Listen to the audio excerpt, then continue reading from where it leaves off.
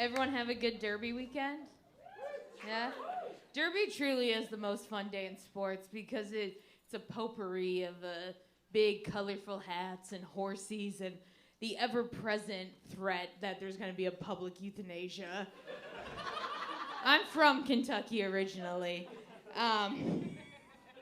That's a joke in itself. But when I first moved up here from down south to up north, I had a new classmate ask me, he's like, yeah, did you have electricity in Kentucky? What an asinine question. That's right, a veteran of the Kentucky public school system knows what asinine means. I'm still working on my multiplication tables, but I think I'm getting there. Of course we had electricity. If a gust of wind hit our water wheel attached to our log cabin hard enough, and the good Lord's willing and the creek don't rise, we would have electricity for minutes, even hours at a time. Probably the most Kentucky thing that ever happened to me was when I was playing barefoot down by the creek and stepped on the skeletal remains of a possum. And probably the most un-Kentucky thing that happened to me happened immediately afterwards when my mom took me to the hospital for a tetanus shot.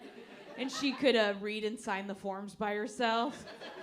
My mom's from Madison, hence the literacy.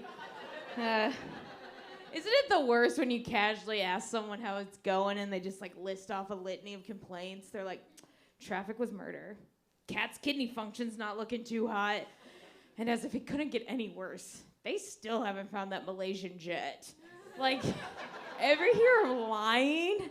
I lie to myself, loved ones, strangers constantly. It is incredible. Speaking of aviation disasters, did you guys see that recent news article where 50% of the men surveyed said they would be able to land a commercial jet in an emergency?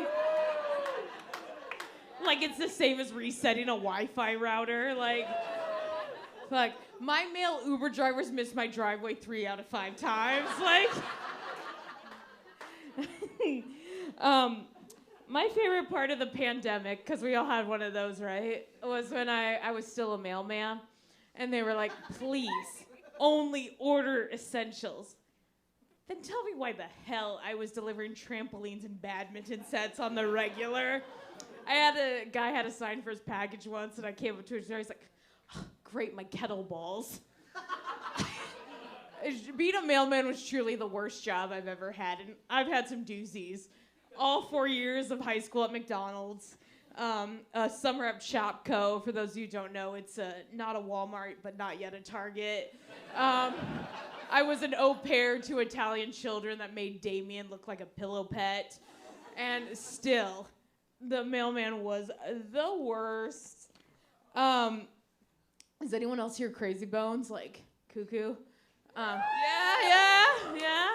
I am. I love when I have med changes and like seeing like a little dust bunny float away from its little family can like make me cry. But like if the microwave beeps a certain way, I'll like punt a succulent across the room.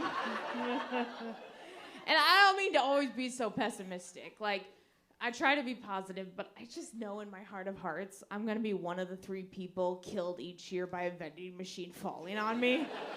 And it's not like I was always this way, you know, pessimistic. As a kid, I was like a Labrador with heartworm disease. Happy, go lucky, but harboring a devastating diagnosis that was going to wreck me once I hit adolescence.